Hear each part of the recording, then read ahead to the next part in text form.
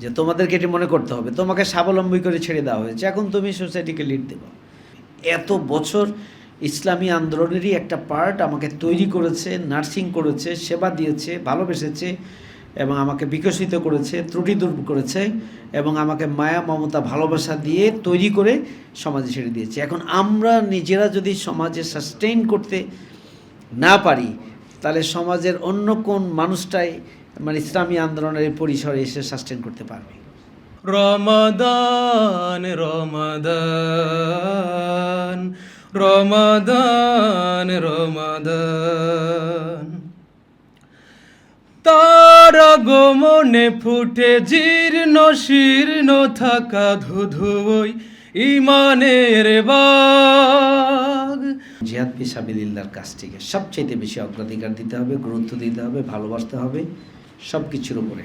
এই জন্য একদিকে যেমন দুনিয়ার পিছু টান আমাকে এক মুহূর্তের জন্য স্থির থাকতে দেবে না, দুনিয়ার পিছু টান যেন আমাকে স্থবির করে না দেয়, দুনিয়ার চাওয়া পাওয়া যেন আমাকে স্থবির না করে, দুনিয়ায় কারো আচরণ, দুনিয়ার কারো ডিলিংস, দুনিয়ার কারো আচরণ বা ব্যবহার বা ডিলিংস বা লেনদেন বা চলাফেরা, এইটা আমার একামতের দিনের কাজের উপরে কোনো প্রভাব ফেলবে না, এটা আমাদের মাথায় রাখতে হবে।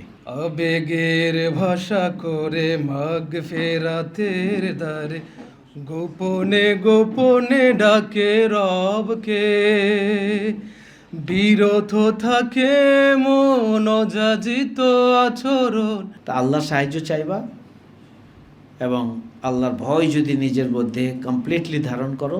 রিজিকের মালিক কে? যে ব্যক্তি আল্লাহকে ভয় করে, আল্লাহ তাকে এমনভাবে এমন অবস্থান থেকে রিজিক দান করেন সে কল্পনাই করতে পারে না। আবেগের ভাষা করে মাগ ফেরাতের দ্বারে গোপনে গোপনে ডাকে রবকে। আমাদের মূল মিশন তো নাকিমুদ্দিন, ওইটাকে টার্গেট রেখেই আমাদের নিশানা ঠিক করতে হবে। এই ক্ষেত্রে মান অভিমান দিয়ে পিছনে থাকার কোনো সুযোগ নাই। আমি একবার শপথ নিয়েছি, আর একবার শপথ আমাকে নিতে হবে, আর একবার শপথ নিতে হবে। এই শপথের মধ্য দিয়ে আমার জীবনটা কাটিয়ে দিতে হবে। বিরত থাকে মন অযাচিত আচরণ, পরিহার করা সব লক্ষ্যে। রমাদান রমাদান রমাদান রমাদান।